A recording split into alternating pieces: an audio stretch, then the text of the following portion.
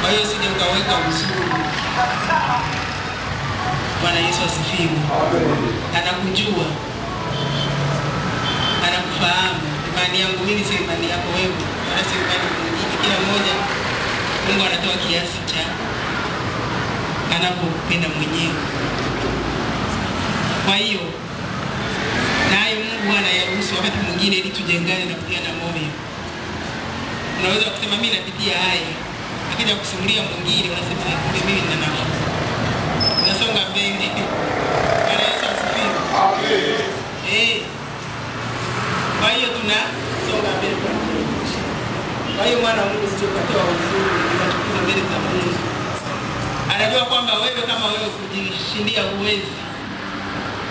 Na hakuna naye uwezi. Anasema bila mimi nyinyi hamwezi kufanya neno lolote ni kweli. Kwa hiyo kilisimamisha hilo, kiliweka mbele yako hilo. Unajitia moyo unasema na shinda. Bwana Yesu asifiwe. Amen. Kwa hiyo unatakiwa utambue hivyo mchungaji. Na unaweza ukapitia mengi huko. Wale unaowaongoza wakatokea wakakuzulia mambo mpaka masikio yakawasha. Unasema mimi mchungaji, mimi nimefanya hiki. Mimi nimesema hivi. Sasa hapo ndio utaacha uchungaji natoa uzuri. Uendelee kutoka mbele ukambali. Mpaka umjenge huyo kondoo aweze kuelewa kwamba mchungaji anafanya hilo jambo. Inachukua muda. Bwana Yesu asifiwe. Amen. Kwa hiyo uzuri ni marufuku mbele za Mungu. Anaweza akakuzulia. Adui tu akakuingia akakuzulia. Kuna wengine wanazuliwa, wachungaji anasema mchungaji anataka kunibaka. Unafanyaje? Unakimbia. Ukikimbia hapo si unajikamatisha unasema ni kweli. Kama anasema mchungaji amechukua hela zangu. Amenizulumu pesa zangu. Unafanyaje? Lakini hujafanya hicho kitu. Bwana Yesu asifiwe. Mmoja kuna mtu hapa alikuja anapiga simu. Nilikuwa nasikia wanajibishana na mchungaji. Mchungaji akawa anamuuliza mimi, si umeniambia nitume nauli. Nimekutumia jana na leo tena unataka zingine.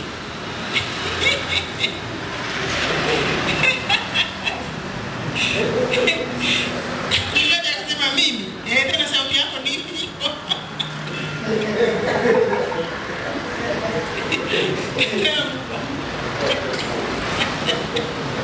Nikutumia kwenye simu namba hiyo jana nilikutumia leo tena nataka simu.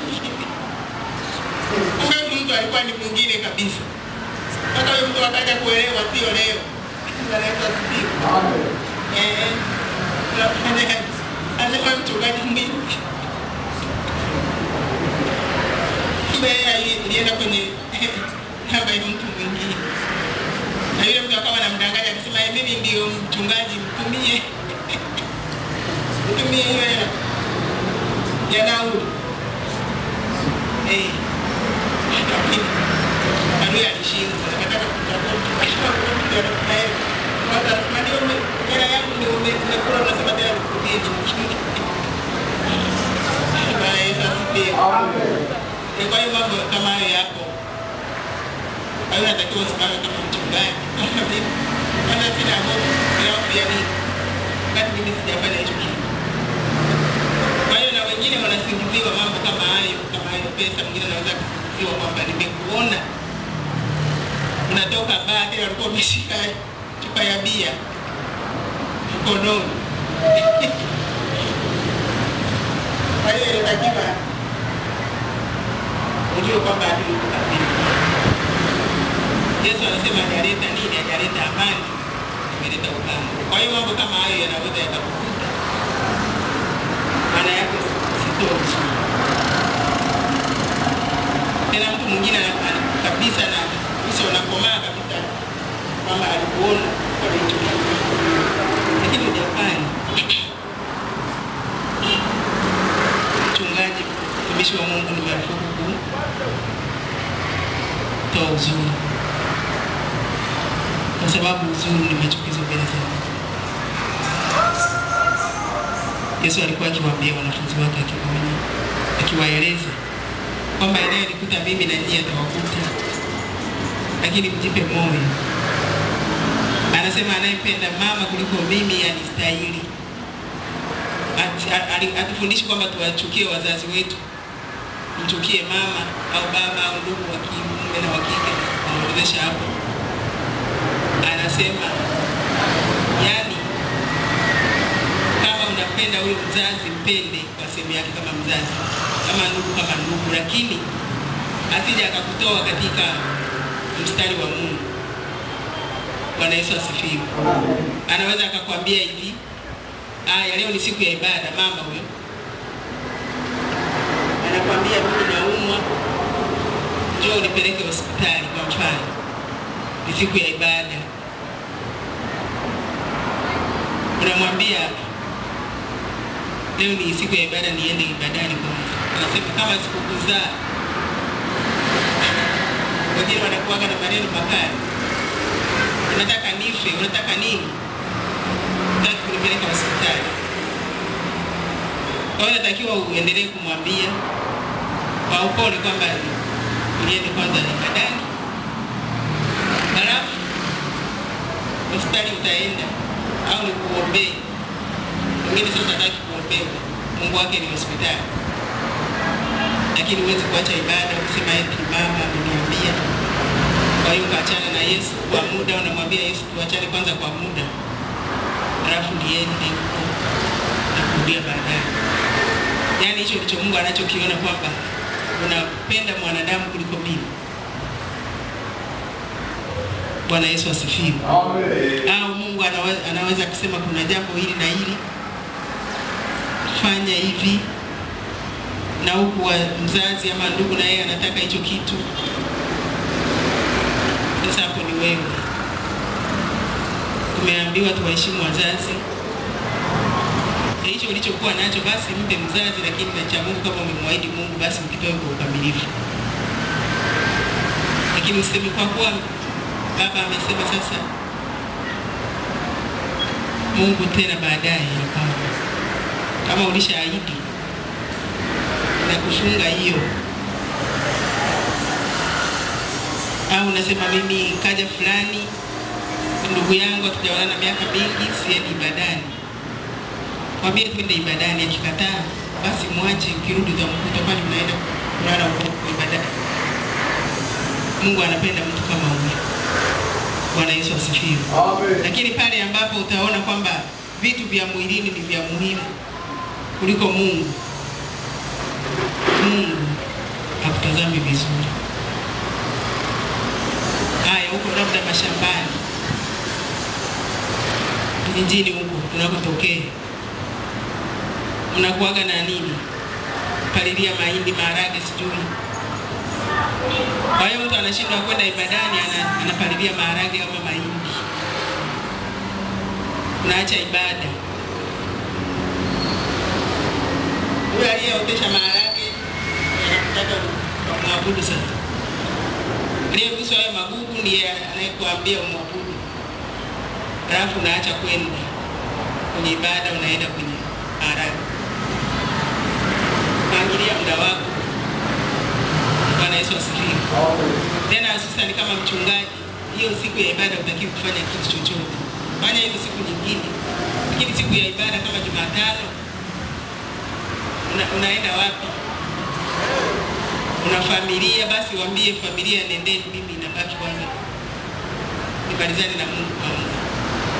Kwa sababu huwezi ukawa huku unawaza huko kwenye mahindi, sio kwenye maharage, sio kwenye kitu gani. Halafu umebaki muda mchache wa ibada. Umetulia saa ngapi mbele za Mungu? Maana yake hapo ndio unaweza ukaingia ukiwa na matope yako, maana umeshachelewa, wanakushangaa. Anasema bwana mchungaji ameingia mchafu leo. Alikuwa kwenye mahindi, sio kwenye maharage. Hapana. Upangilie muda wako vizuri, usikose ibada. Fanya kazi za shamba. Lakini jua kwamba Jumatano ni saa ngapi naingia kanisani. Basi siwezi nikaacha ibada. ili Mungu aweze kufurahia. Na utakuwa unawafunga hata wale ambao wana uzuri wa kusema tunao. Umeshika kuja ibadani kwa ajili ya kupangilia siku mai haraka. Kuna pamoja. Kuna watu mstari wa mbele na wenyewe watao. Unaingia kwa hofu fulani. Kama mchungaji mbona yuko hivi, mbona naye anafanya kazi kama zetu? Mbona yeye hakuna ibada hata moja anakosa? Kwa hiyo wanatiwa hukumu ndani yao. Lakini wakikuona na wewe unasema maharage ndio ya kwanza ama mahindi na chochote kile ambacho kinakuwa kinalimwa kwa wakati, hawawezi kutii, wanakuangalia mchungaji. Kwa hiyo mchungaji, wewe ni barua inayosomwa na watu wote, wewe ni kielelezo. Unatakiwa uwe vizuri mbele za watu, ujistahi hata katika kuzungumza kwako na katika kuvaa kwako, kama ni kusema ile asubuhi. Yaani wewe uwe safi, uwe kielelezo. Na wenyewe wataiga tu. Mjawahi kuona vijana wanapendaka kuiga wachungaji? Anataka avae kama mchungaji wake anavaa. Mwingine anataka anyoe nywele kama mchungaji wake anavyonyoa nywele.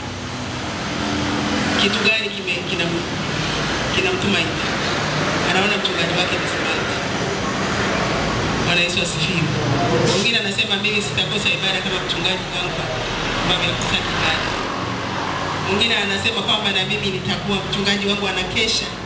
Mwingine anakuja na mfuma mchungaji wake anakesha, kila anapoingia anakuta anakesha, anasema na mimi lazima nikeshe kama mchungaji wangu. Lazima niombe kama mchungaji wangu. Kwa hiyo mchungaji unakuwa ni kioo. Kila mtu anakuiga wewe, anakutazama wewe. Lakini wanapokuja ibadani anakuta mchungaji kwa madhabahuni umesinzia mpaka na udenda unatoka. Naweza tena akanyata akabisha mlango akarudi nyumbani. Lakini akikuta unaomba, lazima na yeye akiwe nini? Nguvu. Bwana Yesu asifiwe. Huyo ndio mchungaji ambaye Mungu anamhitaji katika kanisa lake. Anasema mchungaji mwema anatoa uhai wake kwa ajili ya nini? Ya kondoo. Kwa hiyo wachungaji nyinyi, sisi ndio kondoo, si ndio? Kwa hiyo mnatakiwa nyinyi muonekane mko mbele kwa kila kitu. Kama ni kuomba, wewe niwe namba moja. Kama ni kufunga, kama ni kukesha. Bwana Yesu asifiwe. Amen. Ni wangapi wanaacha familia zao wanaenda kanisani wanashinda na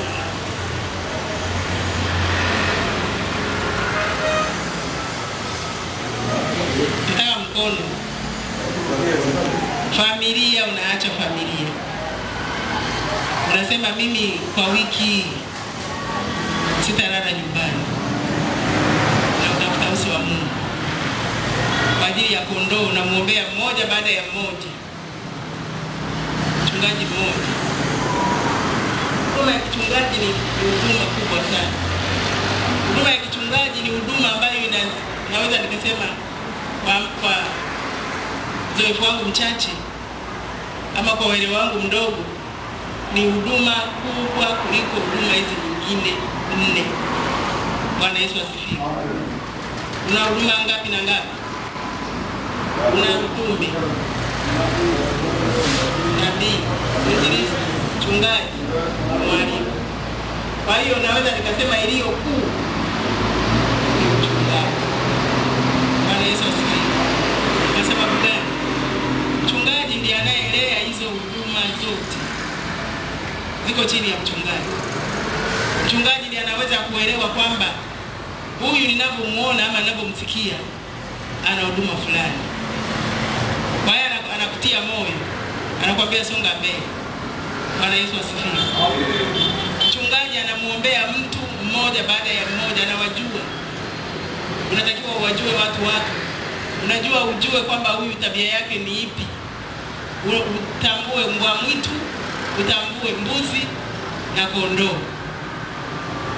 Jamani, si huduma kubwa sana? Ni huduma kubwa sana. Kwa hiyo umepata huduma kubwa sana. Kwa hiyo unatakiwa utambue hivyo. Na hii uyafahamu hayo yote. Sio kula ugali na maharage, kitambi kiko huko juu. Utasema nani? Samahani jamani, mwenye vitambi mnisamee. Maana mwingine kitambi ni asili yake.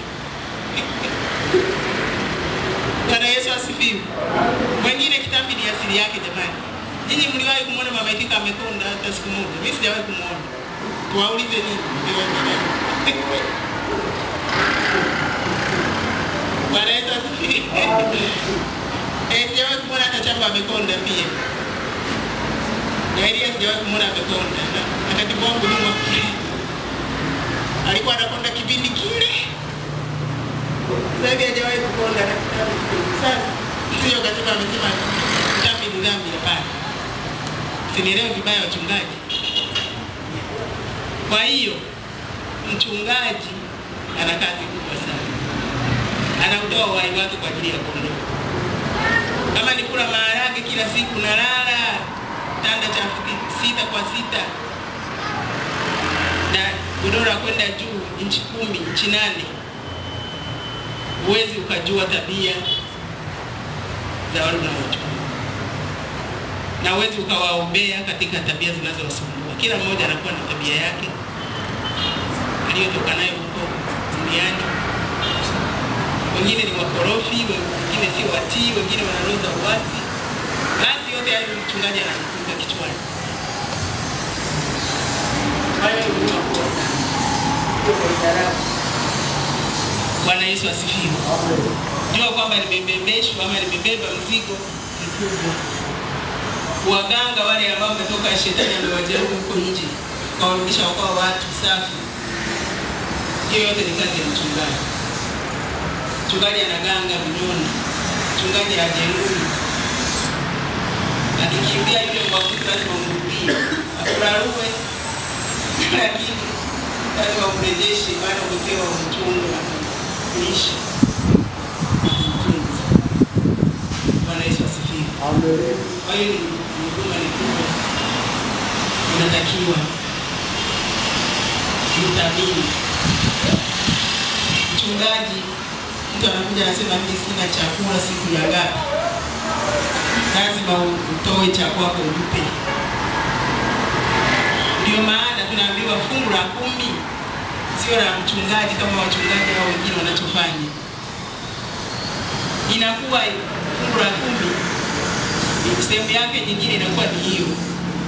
Kuna watu wanakuja anasema mchungaji, mimi nataka sina hiki, sijala, nina mgonjwa sijui. Ni wengi mimi nawaonaga hapa kwa mchungaji, nasema Mungu wangu, mchungaji kazi. Wengine umjui hata toka.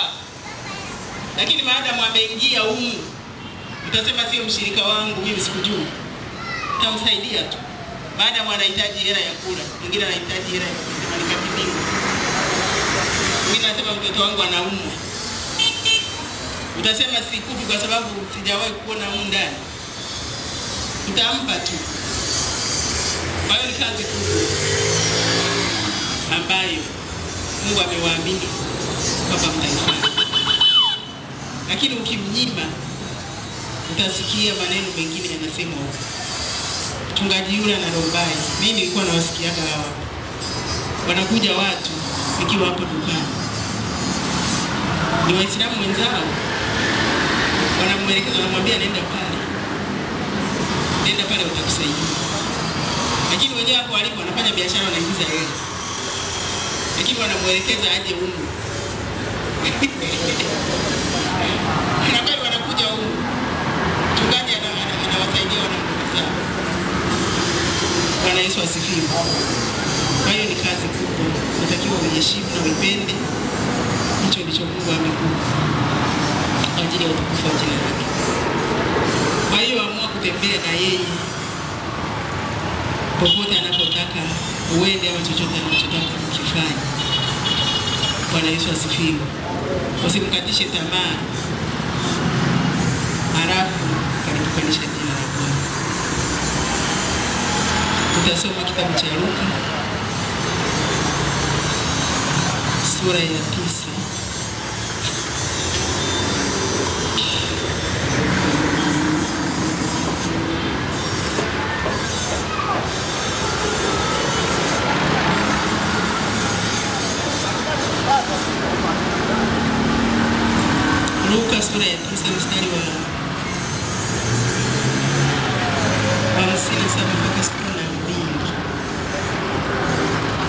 Luka sura ya 9 mstari wa 57 mpaka 62. Soma. Nao walipokuwa wakienda njiani, mtu mmoja alimwambia, nitakufuata kokote utakapokwenda. Yesu akamwambia, mbweha wana pango na ndege wa angani wana viota, lakini mwana wa Adamu hana pa kujilaza kichwa chake. Akamwambia mwingine, nifuate. Akasema, Bwana, nipe ruhusa kwanza niende nikamzike baba yangu. Akamwambia, waache wafu wawazike wafu wao, bali wewe enenda utangaze ufalme wa Mungu. Mtu mwingine pia akamwambia, Bwana, nitakufuata, lakini nipe ruhusa kwanza nikawaage watu wa nyumbani mwangu. Yesu akamwambia, mtu aliyetia mkono wake kulima kisha kaangalia nyuma hafai kwa ufalme wa Mungu. Asante. Bwana Yesu asifiwe. Amen. Jinsi ya kuenenda katika njia ya Bwana Yesu. Kulikana. Hawa anatuambia watu, yani watu ambao hawako tayari kwa ajili ya kutumikia Mungu. Kutoa uzuri. Hapa kama Yesu alikuwa anamkatisha tamaa fulani, mstari wa 58. Anamwambia Yesu akamwambia, mbweha wana pango na ndege wa angani wana viota, lakini mwana wa Adamu hana pa kujilaza kichwa chake. Maana yake mimi sina nyumba hapa duniani, sikuja kulala mimi. Sasa mimi nitakuweka wapi? Akamwambia mwingine, mfuate. Akasema, nipe ruhusa niende nikamzike baba yangu. Tunaona jibu analoipa. Anamwambia waache wako wazike wafu wao. Maana huyo baba yako amekufa. Utangaze ufalme wa Mungu. Lakini inawezekana huyo mtu alirudi kuzika baba yake. Na mwingine akamwambia, nitakufuata, lakini nipe ruhusa kwanza waage watu wa nyumbani mwangu. Hao ni watu ambao hawana utayari wa kumtumikia Mungu. Hivi kuna mtu ambaye umechagua kumtumikia Mungu alafu na wao wako nyumbani mwako watakupa ruhusa? Hawezi kukupa ruhusa. Wote tulioko mahali hapa, mtu uliokoka nadhani kwa wakati wako. Lakini ungesema niende nikwambie nyumbani kwamba jamani, mimi nimeamua kuokoka leo. Wanaweza kukushuhudia hata chumbani. Wanaweza kukufunga hata mikono kutoka. Kwa sababu ufalme wa Mungu unakuja. Kwa hiyo maana yake anasema kama wewe umeamua, amua tu wewe. Kama Mungu amekupa huduma ya kichungaji, wewe amua kumtumikia. Fuata maagizo yake na maelekezo yake kwa ajili ya kazi aliyokupa ufanye. Lakini pale ambapo utasikiliza mengine, utataka ushauri wa wachungaji wengine ambao si mchungaji Yesu, basi unaweza ukapotea, unaweza ukaharibikiwa. Maana wachungaji wengine ni washauri ambao ni watabishaji, kama waliokuwa na mshauri Ayubu.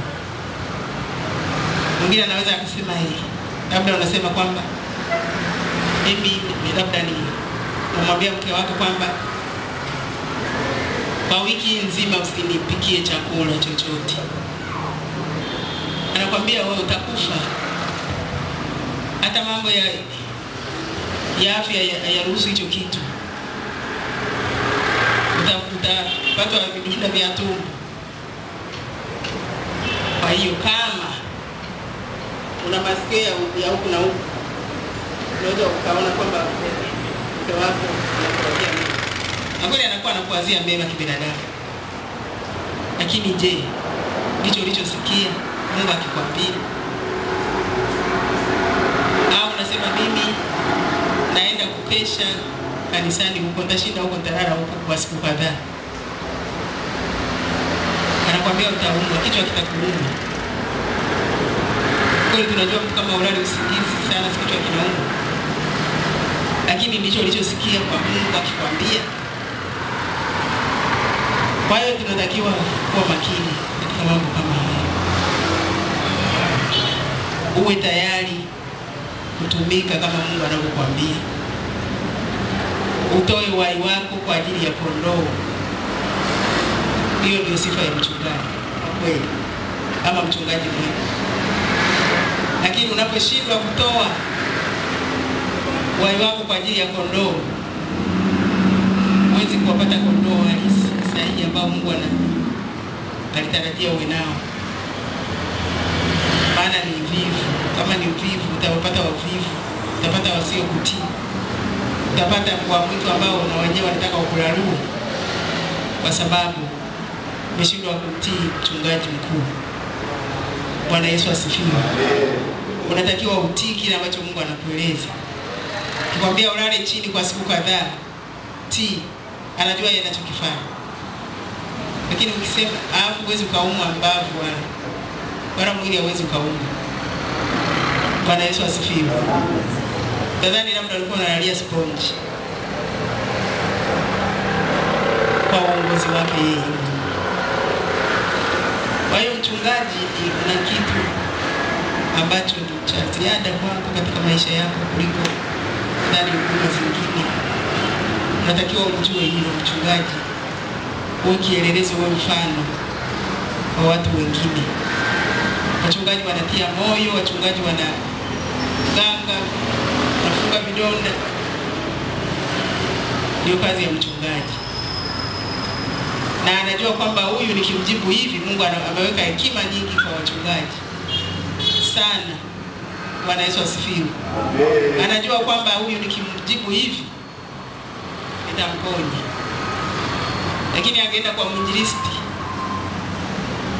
anamlarua na kuchana kule, tupilia kule.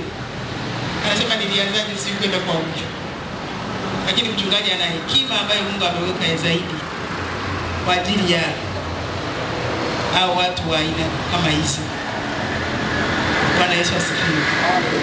Kwa hiyo ni jukumu lako mchungaji kutoa uzuri. Hata ukiamshwa saa ngapi za usiku lazima uamke, upokee simu. Useme hao nao wanasumbua. Ni utumishi wako, wamsumbue nani sasa kama sio mchungaji wao? Lazima ukusumbue na wewe ukubali kusumbuliwa. Mtumishi wako. Uwe tayari wakati unaofaa na usiofaa. Na ujue kwamba wewe ni askari wa Yesu. Kila wakati lazima uwe umevaa silaha. Bwana Yesu asifiwe. Usiweke bunduki chini. Ukiweka bunduki chini wanafanyaje? Si wanaichoropoa. Wanaichoropoa alafu wanakugeukia wewe sasa wanakuua. Kwa hiyo mchungaji ni utumishi ambao utasemwa mengi, utaraumiwa mengi, lakini utakiwi kukata tamaa. Utakiwi kutoa uzuru,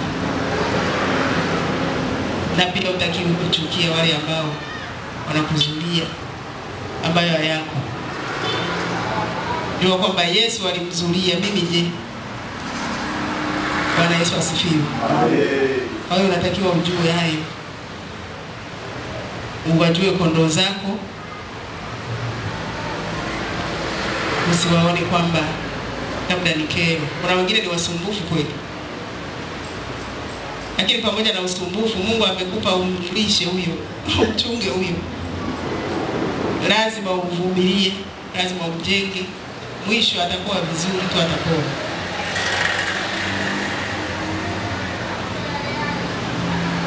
Tutasoma kile kitabu cha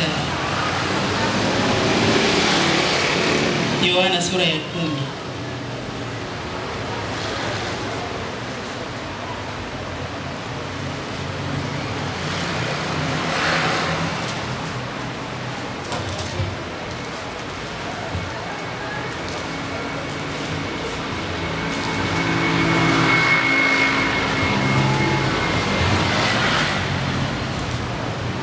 Yohana sura ya 10 mstari wa 11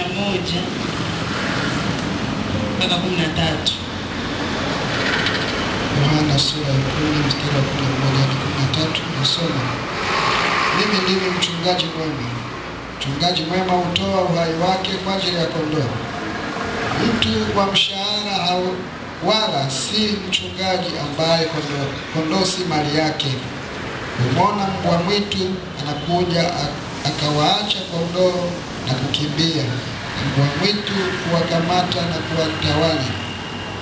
Yule hukimbia kwa kuwa ni mtu wa mshahara, wala mambo ya kondoo si kitu kwake. Asante. Bwana Yesu asifiwe. Amen. Haya ni maneno ya Yesu mwenyewe akisema kwamba yeye ni mchungaji mwema. Anasema mchungaji mwema hutoa uhai wake kwa ajili ya kondoo. Kwa hiyo kutoa uhai wako kwa ajili ya kondoo ni kama hiyo nilikuwa nasema. Unafunga zaidi ya wote ni kutoa uhai wako kwa ajili ya kondoo. Unafunga ili uweje? Upate nguvu za kuhudumia. Unakesha ili uweje? Ili Mungu akuwezeshe kuwahudumia watu. Maana yake ufungi kwa ajili yako, unafunga kwa ajili ya wale wengine. Huko ndiko kutoa uhai kwa ajili ya kondoo. Unachukua chakula chako na unawalisha hao wenye njaa. Unaomba kuliko wote. Watu wanatoka kanisani, wewe ndio kwanza unaanza kuomba. Bwana Yesu asifiwe. Huyo ndio mchungaji ambaye Yesu anamsema hapa. Yeye alipotoa uhai wake kwa ajili yetu waweza kupatikana. Anasema mtu wa mshahara wala si mchungaji ambaye kondoo si mali yake. Umeona mbwa mwitu anakuja akawaacha kondoo na kukimbia, na mbwa mwitu wakamata na kuwatawanya. Kuna wachungaji ambao kwa ajili ya tumbo anaacha kondoo. Pengine amebuniwa. Kuna mwingine niliwahi kusikia akabuniwa, akapewa hela, akaacha kondoo, akakimbilia huko kwenye hela. Kumbe alikokuja kwenye hela na kwenye hakuna kondoo, akabaki anatanga na hangaika. Sasa wale alioacha kule sasa ilikuwaje? Kama walikufa, kama ilikuwa nini? Kwa hiyo nikajifunza kwamba huyu hakuwa mchungaji mwema. Sio mchungaji wa kutoa uhai wake kwa ajili ya kondoo. Yeye alikuwa ni mchungaji wa mshahara. Bwana Yesu asifiwe. Unasikia mchungaji mwingine anasema, mimi bwana, mtu akitaka kuniuzi amguse kondoo wangu. Amemgaramia. Kama amemgaramia, sasa huyo mwingine anaenda kuja kutoa kwake, inakuwa ni vita. Amemgaramia, anamlisha, anamnywesha, analala macho kwa ajili yake, analala chini kwenye simenti kwa ajili yake, alafu mtu mwingine amuibe. Wako wachungaji wana tabia kuiba kwenye makao ya wenzao. Kwa hiyo utasikia mchungaji anakuwa mkali. Kwa sababu gani? Angalia gharama aliyoitumia kwa ajili ya kufikisha hapa alipofikisha. Anaumia kwa sababu ni mchungaji mwema anayetoa uhai wake kwa ajili, akijua kwamba nitamfikisha ambapo Mungu anataka afike. Kwa hiyo yule ambaye ni wa mshahara huwa anakimbia. Hata akija mbwa mwitu wanasema watawanye tu, maana kuwagharamia, akuwazaa, akuwashughulikia. Bwana Yesu asifiwe.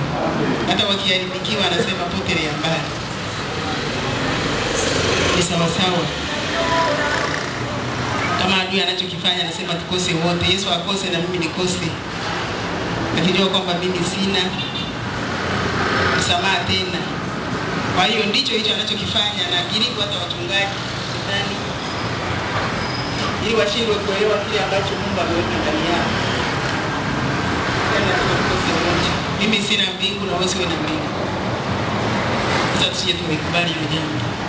Bwana Yesu asifiwe. Kama Mungu amekwambia kwamba wewe utachunga hapa, ama anakuonyesha kwenye maono, wakati mwingine unaisikia hata sauti, anakuambia kuna hili na hili nitakufikisha hapa, ng'ang'ania hapo.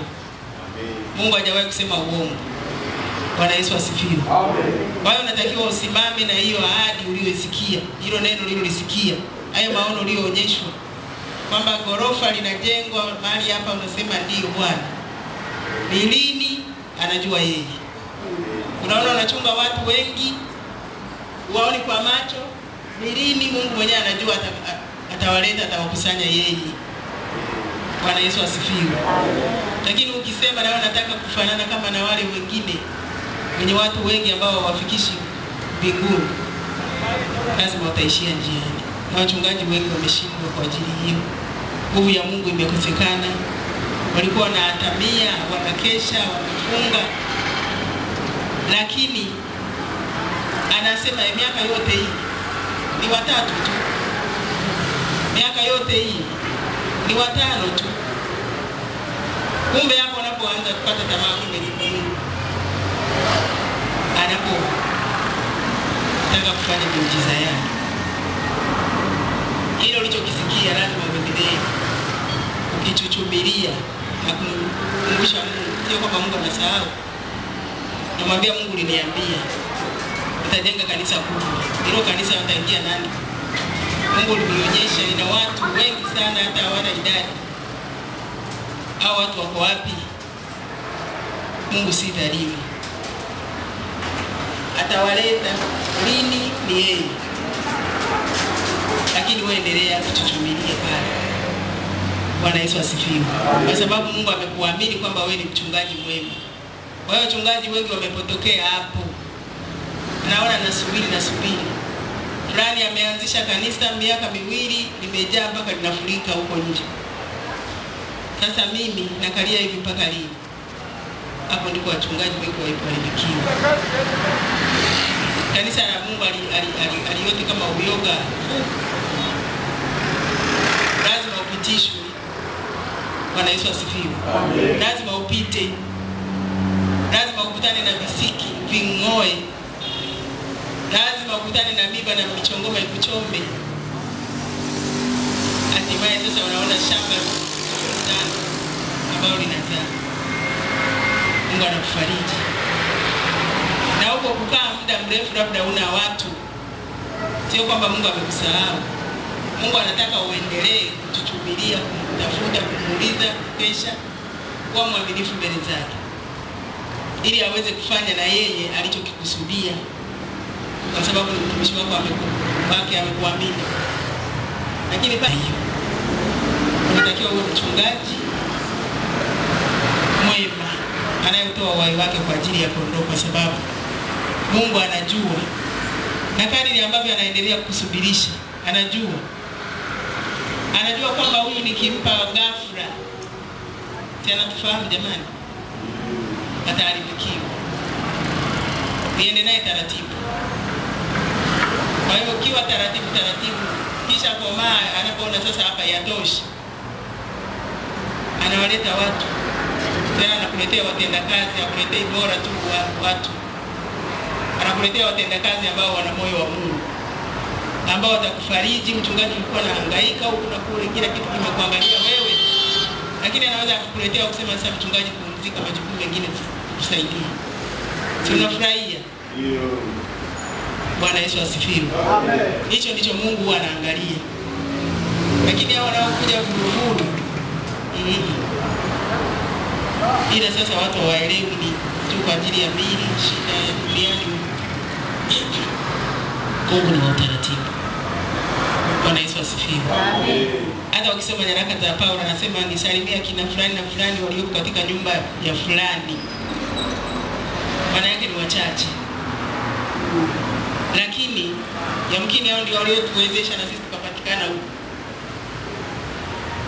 Waliweza kulishwa, wakala, wakastahimili magumu.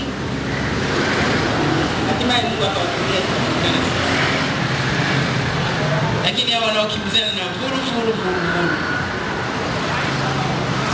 Mungu alishawaacha. Au walimwacha wao kwanza. Tamaa.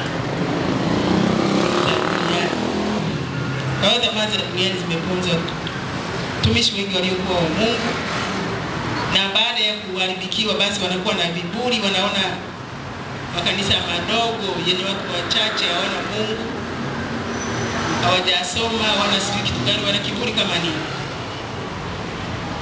wanadharau, lakini hawajui hao wanaodharau kumbe ndio Mungu wanamsikia na yeye anawahurumia watu kama hao. Kwa hiyo hata mkiondoka na hili, kama ulikuwa unalala unajisahau, sasa usingizi uishe. Tangu ulale kupata faida gani? Kula, jisahau, yani usile kupiliza, uwe na muda. Wewe unafunga pale unapoumwa malaria. Chakula kipiti. Kama nilipowaambia kwamba nilikula ndizi nikasikia kama natafuna sponge. Kana kipiti. Hapana, usili kwa hali kama hiyo. Mungu anapokuelekeza fanya chakula ule kwa kiasi, usingizi lala kwa kiasi. Bwana Yesu asifiwe. Siku moja nilimpigia mchungaji, ilikuwa saa 8 za usiku, mchungaji Vincent. Ndio nilikuwa kama saa 8 saa 9. Nasema mchungaji uko vizuri. Bwana Yesu asifiwe. Sasa kama alikuwa ameamka kuomba sijajua. Mwingine nikampigia mara kadhaa. Simu inaita wewe. Mpaka hiyo. Bwana Yesu asifiwe. Nilikuwa napima naangalia je huyu mtu yuko macho. Nikakuta sasa kama nilikuwa amelala saa 8 siwezi kujua. Siwezi kukumbuka sababu sikuona kwa macho. Lakini mchungaji unatakiwa usingizi wa kiasi. Bwana Yesu asifiwe. Na usingizi wa kulala ibadani mchungaji ni machukizo mbele za Mungu. Umeona mnalala hapa nikawastai. Nikasema pengine uchovu tutaangalia kesho. Bwana Yesu asifiwe. Bwana mchungaji kulala hapa mbele hapana. Ni machukizo mbele za Mungu, ni matusi. Kwa wale wanaokuona mpaka na kalamu inadondoka, mwingine hata Biblia hii hapana. Kwa sababu mchungaji ukilala ibadani huko mbele hapo. Kama mchungaji yuko hapa mbele. Wanamtazama watu wangapi? Ni wengi wote wanamtazama. Alafu utaambia msirani. Akimwona mtu kule pengine yeye amembahatisha nyarara anasema anamwambia hawezi kujibu lakini akisema na wewe je. Kwa hiyo mchungaji anatakiwa uwe makini sana. Uko mbele za watu usilali. Bwana Yesu asifiwe. Ni matukano, ni machukizo mbele za Mungu. Kwa hiyo na wale watakuwa wanalala, unamwamshaje? Wakati na wewe unalala, mpaka udenda unafanya umeteremka. Unakuwa umemshusha hadhi Bwana Yesu. Kwa hiyo usilale tena. Kama ni roho basi imekuvaa, hapa ndio sije kwa mfanano. Nilimwambia mchungaji Elia nikasema njoo huku ndio kwenye madhabahu hiyo picha itapiganiwa. Kwa hiyo yeyote mwenye chochote hapa ndio mwisho wa reli. Bwana Yesu asifiwe. Usirudi kama ulivyokuwa. Bwana Yesu asifiwe. Anakuja mchungaji huyo mgeni wetu. Usije ukasema mimi ni mchungaji. Wachungaji wengine wana kiburi. Sasa wachungaji watu kimsiwe na kiburi. Mimi sasa watanionaje naenda namfuata yule kule? Hivyo usinifuate kwa sababu mmenizoea. Kwanza nimezoea. Sasa huyo mgeni akija useme mimi wananiona mkile chai. Ezekia 34 mstari wa 18 na 19. Ezekia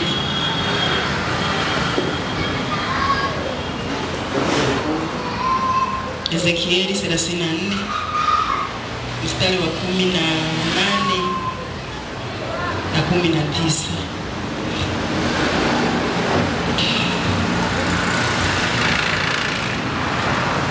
Ezekieli sura 34 mstari wa 18 na 19 nasoma. Je, mwaona ya kuwa ni neno dogo ninyi kulishwa malisho mema, hata mkawa hamna budi ukanyaga kwa miguu yenu yaliyosalia? Na kwa kuwa mmekunywa maji yaliyo safi, nani hamna budi kuyatibua kwa miguu yenu, kwa miguu yaliyobaki. Na kwa habari za kondoo zangu, wao wanakula hayo mlioyakanyaga kwa miguu yenu, nao wanakunywa maji mlioyatibua kwa miguu yenu. Asante. Bwana Yesu asifiwe. Amen. Kama ni Mungu anauliza mchungaji wale ambao wanachagua maneno ya kufanyia kazi na mengine wanayaacha ili wasije wakawakosa hao watu au wakafanya washirika wakimbie, wanashindwa kuwapa injili ya kweli, wanamumunya maneno ili wasikimbie.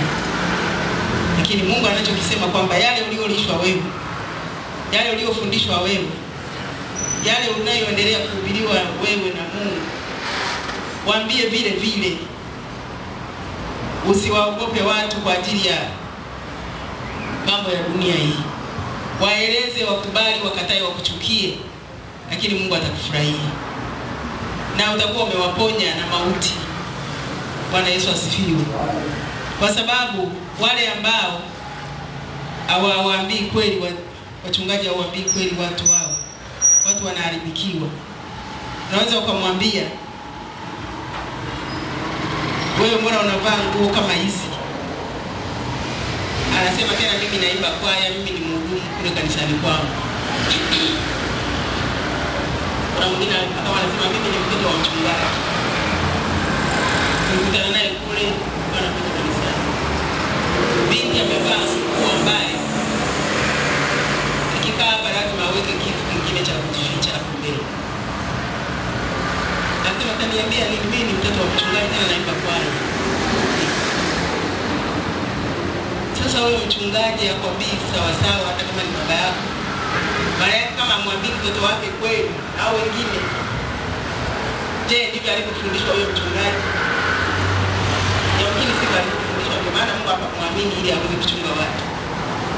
Mungu aweza akamwamini mtu kuchunga watu ambaye ni mbovu. Ila wachungaji wanakuja wanaharibikiwa huko baada ya kukalia hiyo viti ya kichungaji. Kwa hiyo anasema nyinyi mmekunywa chakula kizuri, mmekula. Anasema je, mwaona ya kuwa ni neno dogo ninyi kulishwa malisho mema, hata mkawa hamna budi kukanyaga kwa miguu yenu yaliyosalia? Kwamba wachungaji wamepewa injili safi na kweli iokoaye na kuponya watu, lakini wachungaji wanapata wakigugumizi kuambia watu iliyo kweli. Ndio maana tunaona watu wameharibika kama kanisa. Sasa Dar es Salaam sijajua huko mikoani kuna watu wanavaa mawigi, watu wanavaa mahereni yanafika hadi hapa mabegani, watu wanavaa nguo uchi, maziwa nje, watu wanavaa mipasuo mirefu, mapaja yote yako nje. Kwa hiyo, je, wao ndivyo walivyofundishwa? Ila kwa sababu ya kutaka watu wasiondoke, kufanya wanacho, yani wanahubiri jinsi watu wanahubiri kile ambacho watu wanataka wasikie ili wasije kuondoka. Ndio maana tunaona makanisa ya kiroho yameharibika, wanavaa kama makahaba wasichana, wavulana nao wanavaa si wanaita katakei, wameharibika. Huwezi kuwatofautisha na watu wa dunia. Kwa hiyo walioko duniani ukimwambia kuhusu wokovu anasema ndiwe kama nyinyi. Wanasema wote ni hao wamesharituka na jina la Bwana. Lakini yote inatokana na nini? Wachungaji kukosa kuambia kweli watu. Kwambia kwamba wewe kama unavaa nguo ya namna hii hapa, kama akija ni mgeni sasa sisi kumfukuza hapo. Atakuja huyo mgeni, atakuja mara ya pili, kama anakaa na mwangalizi wa mama, kama atakaa na mama mchungaji, kama ni kijana atakaa na mwangalizi wa kijana. Hii nguo haistahili. Na yeye akiangalia naona hapa sipo kama wao. Bwana Yesu asifiwe. Lakini wachungaji wamekosa mwelekeo. Sasa kanisa la watu kiliwe na tofauti popote lilipo. Wale watu wakija waseme, hata wakisema ni wazee sawa. Bwana Yesu asifiwe.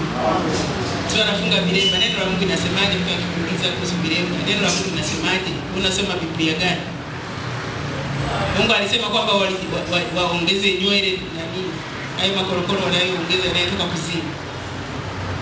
Na waamini kweli kwamba hayo manywele wanayoweka ya bandia yanatoka kuzimu. Kiwanda kiko huko. Wanakuja kusema huku niko duniani.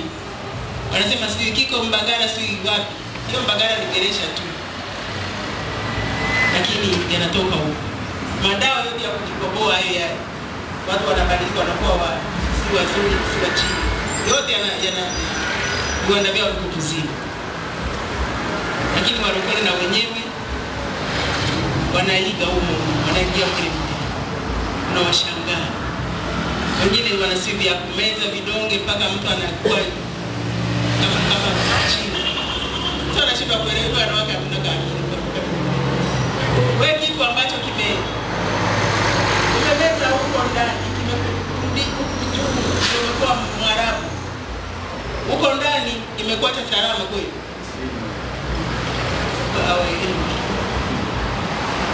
Haya, wanafundisha huko kwa kanisa hilo kwamba wewe utazaa mpaka mwanaume atakuchoka ataenda kutafuta mwanamke wa nje. Wanawafundisha kuhusu vidonge sifa, uzazi wa mpango. Wanawaleta na wazazi wa mpango wanawafundisha huko kanisani. Mimi niliwahi kuona kanisa fulani ambalo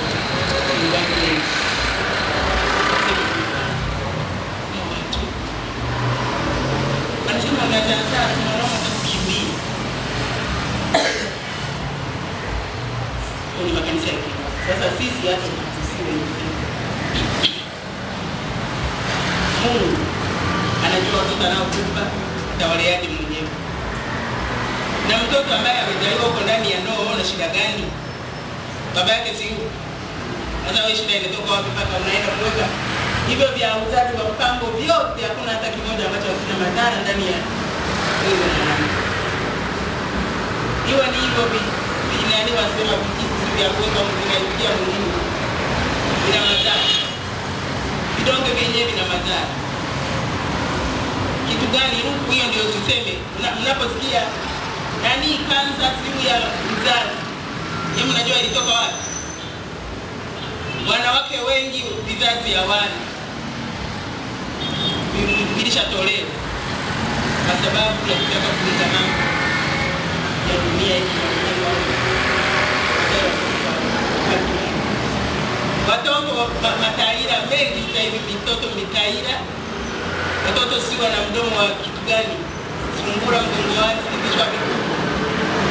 Yote ni madhara ya uzazi wa mpango. Lakini wanawake wafikiri. Kabla ya video nyinyi ambao mmezaliwa miaka iliyo ya huko. Mbali kidogo tuache hapo mbali ambao mmezaliwa miaka ya sasa. Mimi nilikuwa sijawahi kama mataira ninayoona sasa hivi. Vichwa vikubwa ninavyoviona sasa hivi. Midomo ya sungura ile. Mgongo wazi. Havikuwa kwa miaka hii. Kwa sababu gani? Watu walikuwa hawatumii vitu. Lakini hivyo vitu vimekuja kuharibu watoto. Mitaira mingi wakienda kliniki kwa siku mbili wanakiruki yao. Mzee umejaa Tanzania. Na wenyewe wanasema tuwapelekee hao Waafrika ambao wana akili. Ndani ya miaka kadhaa kwa hakuna watu wenye akili timamu. Lakini mwanamke anajua mwenyewe kuzuia uzazi wake. Anataka kwenda na wakati. Na wanayafundisha kwenye makanisa yetu. Wachungaji mwe macho. Kanisa la Roho liwe na tofauti. Amen. Bwana Yesu asifiwe. Amen. Yanaumiza kwa kweli. Sana. Yanaumiza. Kwa hiyo tuambie watu kweli, wakatae, watakao ukubali wa Mungu watabaki. Ambao shetani ndiye aliwapanda wataondoka tu. Lakini tukae na watu sahihi. Amen. Ambao wana hofu ya Mungu, wanampenda Mungu. Amen. Bwana Yesu asifiwe. Amen. Lakini ukisema nikiwaambia sasa hapana. Kwa hiyo mama wengi nasikia wanasema tena wanatangaza kwamba yani hayo matibabu ni bure. Wanajua walichokifanya, alafu wanasema matibabu ni bure. Kwa hiyo mama utakuta wako hawana hata idadi hesabu yao. Wanaenda kutolewa vizazi, kansa huko ndio wamezia, kwa ajili ya hivi vidudu waliweka, marugari walifunga na vidonge hivyo. Kila kitu kinaenda kupota pale, kila kitakuwa kuliwa yai la mtoto. Si ndio? Amen. Ndio linatafutwa liuliwe. Linakaa wapi hilo yai? Huko kwenye mfuko wa uzazi. Kwa hiyo mama wote wameandikiwa hivi. Wanaenda na wakati. Tena nasema nitawanyosha. Sasa sisi kwetu isiwe hivyo jamani. Kama wamenyoshwa upande ule, sasa sisi tuwe wakali. Anayekubali akaya, asiyekubali aondoke, asiletee roho ya mauaji kanisani. Maana ni roho ya mauaji. Bwana Yesu asifiwe. Amen. Kwa hiyo wanakanyaga yale chakula kile walichokula kizuri, wanashindwa kuambia kweli watu ili waweze kupona.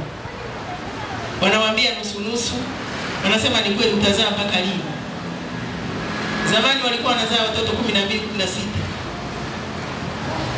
Mimi baba yangu mkubwa alizaa watoto 12.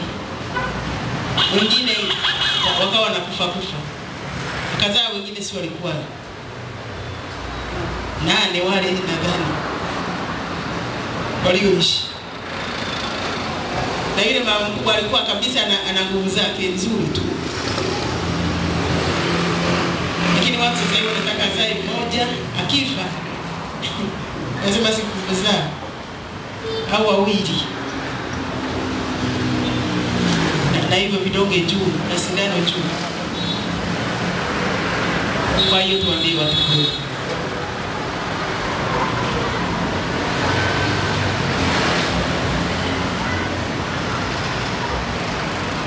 Tutasoma tena kitabu cha Matendo ya Mitume sura ya 20:28.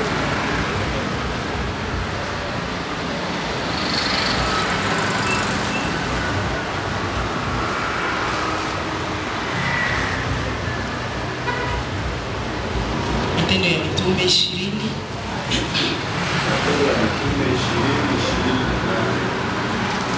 Tuwezeni nafsi zetu na lile kundi lote nalo ambao Roho Mtakatifu ameweka dini kwa waangalizi kazi yake, pate kulilisha kanisa lake Mungu alilolinunua ndani yake. Asante. Bwana Yesu asifiwe. Niagize kwa wachungaji kwamba jitunze kwanza wewe nafsi yako. Kama nilivyotangulia kusema, usiende kuomba kwa washirika wala kukopa, wala kauli yako isiwe mbaya. Anasema na lile kundi lote nalo ambalo Roho Mtakatifu amewaweka ninyi kuwa waangalizi ndani yake, pate kulilisha kanisa lake Mungu alilolinunua kwa damu yake mwenyewe. Kwa hiyo Mungu ana uchungu na kanisa lake alilolinunua kwa damu yake mwenyewe. Amekuweka wewe mwangalizi wa hilo kanisa. Ujichunge kwanza nafsi yako mwenyewe, ujitunze. Na hatimaye na hilo kundi lote pia, ili lisipotee, usije ukadaiwa. Bwana Yesu asifiwe. Ulitunza ndiko huko, uwe mkali. Waambie kweli. Watunze katika neno la Mungu. Wakutii wataweza kutii, watapona. Bwana Yesu asifiwe. Lakini sema kwamba nikiwaambia sawa wataondoka, utarudisha nani anakosa wale kwa ajili. Waambie kweli. Na utakapowaambia kweli, wale wa kweli ambao Mungu amewaleta kwako, watatii, watakufurahia na watasema ninashukuru mchungaji kwa sababu nilikuwa naenda vibaya. Ujue kwamba wewe ni kondoo umempata. Lakini yule anayenuna anasambaza taarifa mbaya, lakini baada mmemwambia una hatia. Bwana Yesu asifiwe. Amen. Hata wao wengine wataendelea kufurahia, wataendelea kusonga mbele, na utapata heshima mbele za Mungu kwa sababu umesema kweli.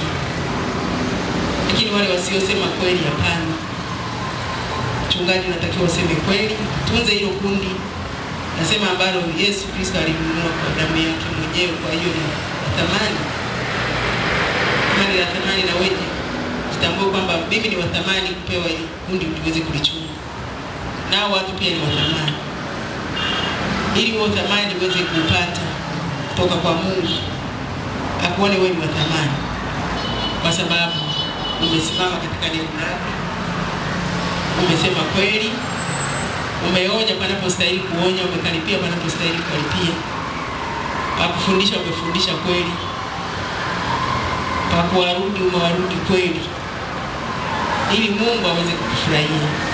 Bwana Yesu asifiwe. Amen. Ninaposemea wachungaji, maana yake na mama mchungaji ni unawakilisha wamama wote wachungaji, makatibu mliopo wote ni wachungaji. Bwana Yesu asifiwe.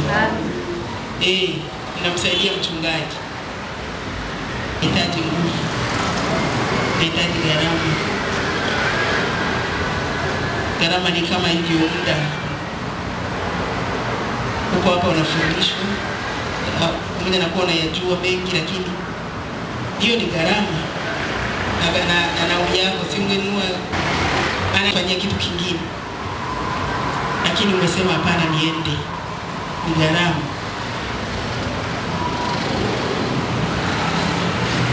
Utaangalia Daudi naye aliweza kutoa gharama.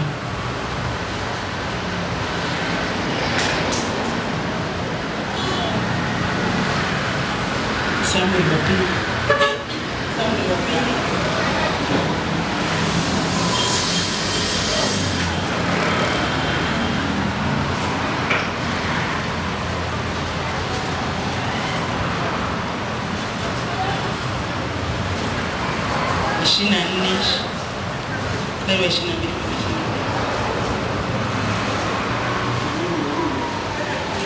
Samuel wa pili 24.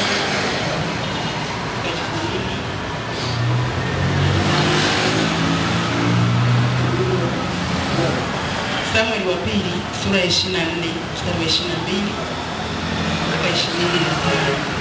Samuel wa pili 22 mstari wa 22 mpaka 25.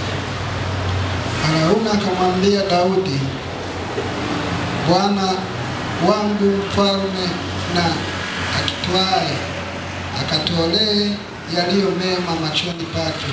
Tazama, ng'ombe hawa kwa sadaka ya kuteketezwa, tena vyombo vya kupulia na vyombo vya ng'ombe viko kwa kuni. Vitu hivi vyote, mfalme, mimi Arauna nakupa wewe mfalme. Kisha Arauna akamwambia mfalme, Bwana Mungu wako na akukubali. Lakini mfalme akamwambia Arauna, la sivyo, lakini kweli nitavinunua kwako kwa thamani yake, wala sitamtolea Bwana Mungu wangu sadaka za kuteketezwa nisizozigharamia. Hivyo Daudi akinunua hicho kiwanja cha kupulia na wale ng'ombe kwa shekeli 50 za fedha. Naye Daudi akamjengea Bwana madhabahu huko, akatoa sadaka za kuteketezwa na sadaka za amani. Basi Bwana alielezea nchi, na tauni ikazuiliwa katika Israeli. Asante. Bwana Yesu asifiwe. Tunamwona mfalme Daudi naye baada ya kufanyaje, kuwahesabu wana wa Israeli bila ruhusa ya Mungu. Na gani alimwambia hiyo nayo sema mbona sio, nayo fanya mbona sio, naelewa kufanya. Akamzuia Daudi akakataa, akasema watu wafanye nini? Wahesabiwe Baada ya kuhesabiwa, hasira ya Mungu ikawaka. Mungu ndiye akamtumia nani? Nabii Gadi amweleze yatakayompata baada ya kuhesabu watu. Alikuwa anahesabu apate nini, wakati Mungu ndiye alikuwa Mungu wao, alikuwa mfalme wao. Alitaka na yeye afanye kama mataifa walikuwa wakifanya. Mungu anamwambia Gadi amwendee Daudi ukamweleze kwamba basi miaka 7 ya njaa ikujie katika nchi yako, au miezi 3 ukimbie mbele ya adui zako huku akikufuatia, au siku 3 uwe tauni katika nchi yako kwa ajili ya dhambi aliyoifanya. Daudi alipoangalia akasema, nimeingia mashaka sana. Bora niangukie katika mikono ya Bwana, kwa kuwa rehema zake ni nyingi. Kwa hiyo akachagua tauni ndio waangukie watu, wakafa watu wengi kwa ajili yake. Sasa baada ya hapo ndio tunaona Mungu tena anamzuia yule malaika aliyekuwa anasababisha hiyo tauni iwaue watu. Mungu anamwelekeza aende katika hicho kiwanja cha Araunu.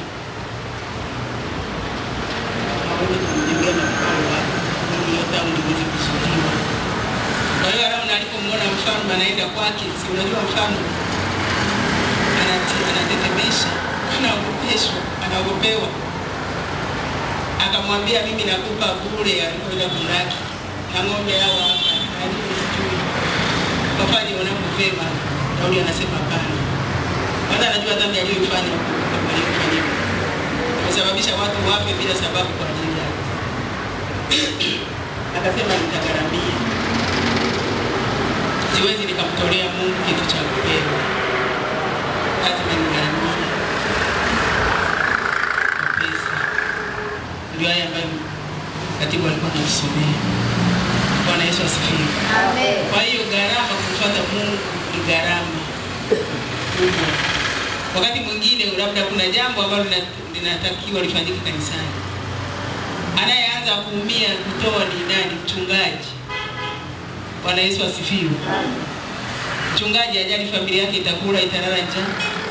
Lakini maadamu kuna jambo ambalo linatakiwa kanisani lifanyike kwa ajili ya utukufu wa Mungu, mchungaji ni huwa anajikunja kwanza hilo jambo lifanyike. Au Mungu anaweza kusema nataka jambo hili na hili lifanyike. Hela inapatikana wapi? Anayeanza kulia na kukesha na kuomboleza ni mchungaji. Gharama ili hilo jambo ambalo Mungu ametamka liweze kufanyika. Kwa hiyo mchungaji una kazi kubwa, ila unaye anayemtia nguvu Mungu. Unatakiwa utii. Na unapotii utaona mkono wa Bwana. Mimi naonaga mara nyingi hapo Mungu anaweza kaagiza jambo. Lakini namshukuru Mungu, anasema baada ya amesema atayafanya mwenyewe. Yaani ni kujiumiza kichwa sasa. Atafanya mwenyewe.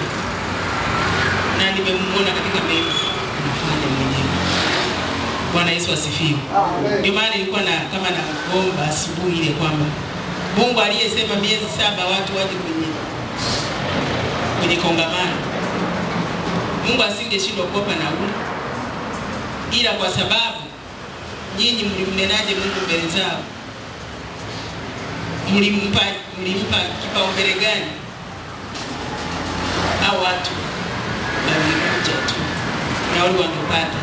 Yeye alianzisha jambo alafu lishie njiani. Ni kitu ambacho hakiwezekani. Bwana Yesu asifiwe. Kwa hiyo ninamhakikisha na kuthibitisha Mungu akitamka jambo lazima lifanyike tu. Bwana Yesu asifiwe. Amen.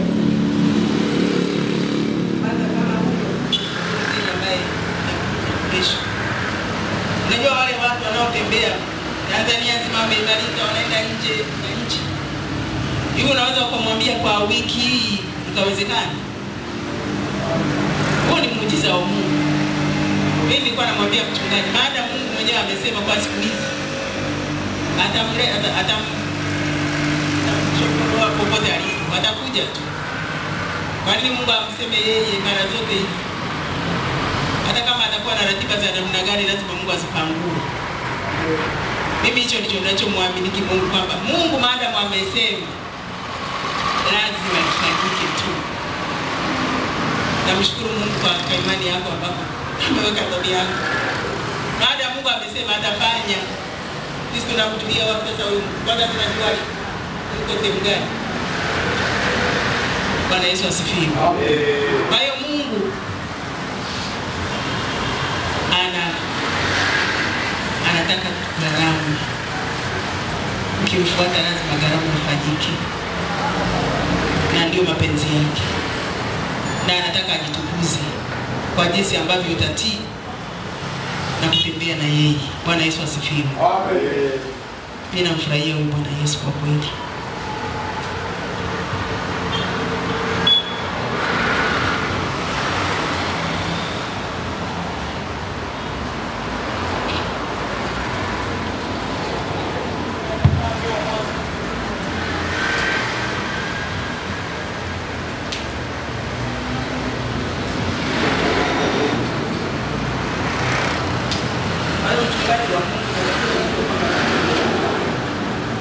Kama nimeitwa lazima nisimame. Sehemu nyingine anasema hatujafanya vita hata kumwagika damu. Kwa hiyo hivi vya muda vinapita tu ambavyo ni vya kitambo, ila tuangalie vile ambavyo visivyoonekana kwa macho. Maana yake tutembee katika roho, tumtegemee Mungu na kumwamini yeye ambaye ni mwanzilishi wa imani yetu. Ataweza kutushindia, pamoja na kwamba anasema miili yetu inachakaa. Acha ichakae, lakini anasema utu wetu wa ndani unafanywa upya siku kwa siku. Kwa hiyo tamani utu wako wa ndani ufanywe upya siku kwa siku. Hata kama mwili unachakaa, uache mwili uchakae, maana una safari. Lakini roho yako ama utu wako wa ndani ndio una safari. Huo ufanyike upya siku kwa siku. Anasema tusiangalie vinavyoonekana bali visivyoonekana, kwa sababu vinavyoonekana ni vya muda, ila visivyoonekana nasema ni vya milele. Bwana Yesu asifiwe. Kwa hiyo tukikaa katika hali kama hiyo, Mungu atatufurahia, na mchungaji utaonekana ni wa maana, na watu watakukimbilia. Watu watasema ukimpeleka mgonjwa kwa mchungaji fulani, ama ukiwa na neno na ushauri, nenda kwa mchungaji fulani. Lakini wewe mtu ana mchungaji ujue, lakini anamkimbia mchungaji wake, anakuja kwako. Kwa sababu gani? Neema ambayo Mungu ameweka ndani yako, utii ule ambao unaendelea kumtii Mungu na kupenda na kujitoa na kujikana. Bwana Yesu asifiwe. Amen. Hujawahi kusikia labda Mungu anaweza akakutuma kwa mchungaji ambaye si mchungaji wako, wakati mwingine hata ujui, lakini pale kanisani ana watu? Hujawahi kusikia?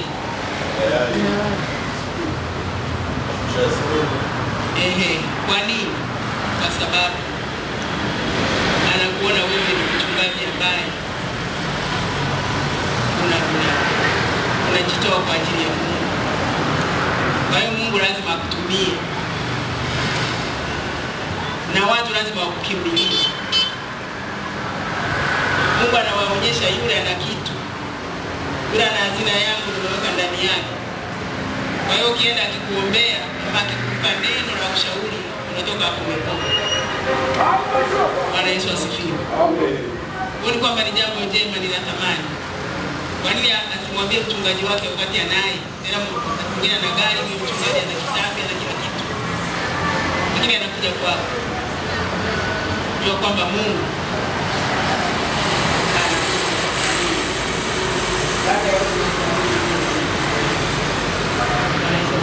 Amen. Tasoma tena kitabu cha Timotheo wa pili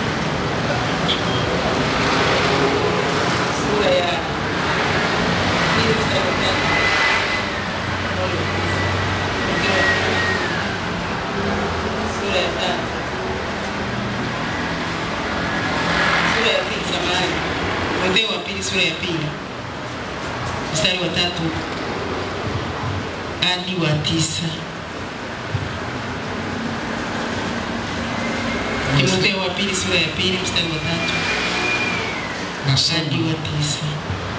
Shiriki tabu pamoja nami kama askari mwema wa Kristo Yesu. Hakuna pigaye vita ajitiaye katika shughuli za dunia, ili ampendeze yeye aliyemwandika awe askari. Hata mtu akishindana katika machezo hapewi taji asiposhindana kwa halali. Yampasa mkulima mwenye tabu ya kazi kuwa wa kwanza wa kupata fungu la matunda. Yafahamu sana hayo nisemayo, kwa maana Bwana atakupa akili katika mambo yote. Kumbuke Yesu Kristo aliyefufuka katika wafu wa uzao wa Daudi, kama inenavyo Injili yangu. Nami katika hiyo nimeteswa hata kufungwa kama mtenda mabaya, lakini neno la Mungu halifungwi. Asante. Bwana Yesu asifiwe. Paulo anamwagiza Timotheo,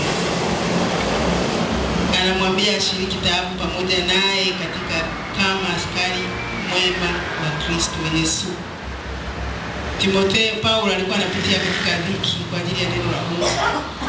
Alikuwa anapitia katika shida. Alifungwa kwa ajili ya kazi ya Mungu. Lakini anamwagiza mtoto wake wa kiroho kwamba ashiriki taabu pamoja na yeye. Kama ni kukesha na yeye akeshe. Kama ni kufunga afunge. Kama ni kufanya kazi ya Mungu afanye kwa bidii. Ashiriki taabu pamoja na yeye. Pamoja na kwamba yeye amefungwa, lakini yeye aendelee kufanya kazi ya Mungu pamoja na yeye. Bwana Yesu asifiwe. Amen. Maana yake anamwambia usilegee. Usiseme kwamba kwa kuwa nasema kazi imeisha. Hapana. Endelea kupigana, uwe askari mwema wa Kristo Yesu.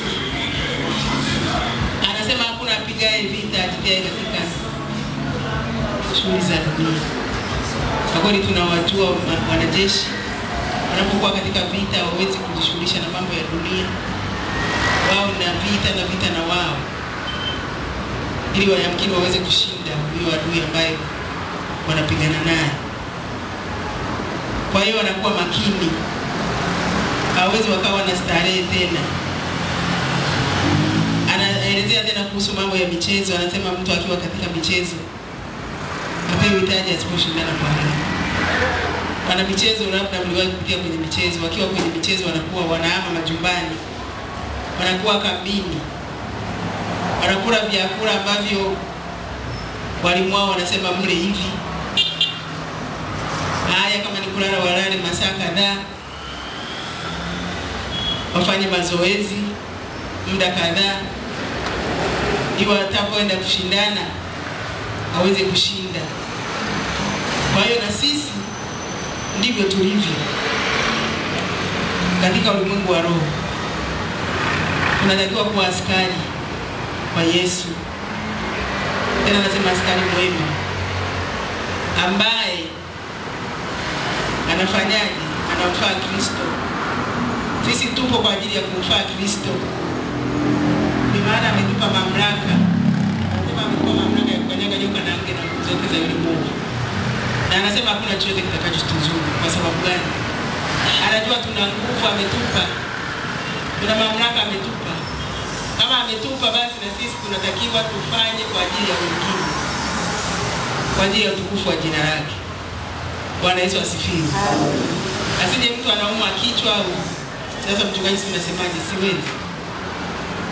Anamwambia njoo Jumapili baadaye. Umekuja nyumbani kwako sasa. Maana yake Mungu atutumie kwa askari kufanya kazi ya Mungu.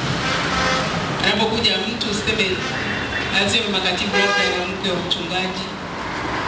Useme mimi sina uwezo wa kuombea kwa sababu mchungaji hayupo. Maana yake yule mtu afi. Anakufahamu kwa sababu mchungaji hayupo. Barua ni chako sasa ukipambana. Ili huyo mtu aweze kupona aseme nimeenda kanisani pale. Pamoja na kwamba mchungaji sikumkuta lakini nimerudi nikuzimu. Askari mwema wa Kristo. Bwana Yesu asifiwe. Amen. Leo inatokana na nini? Na kujiamini. Unatakiwa ujiamini. Bwana asifiwe. Nilikuwa nasikia shuhuda za watu wa Mwanza. Vita kubwa walikuwa kupambana nayo. Sasa nikawa nasema kama asipina mshangaa Rebeka, Mungu matendo makubwa aliyomtendea alafu kumchezea Mungu hivi.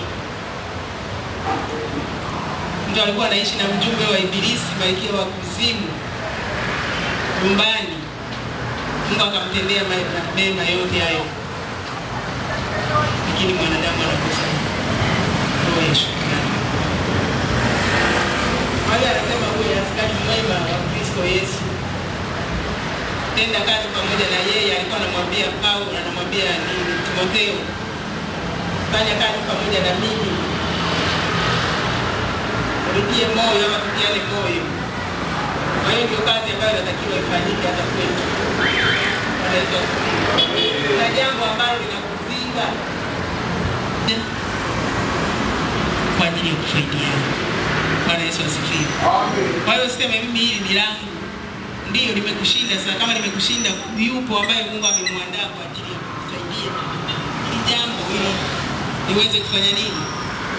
Kulitatua ni fulani.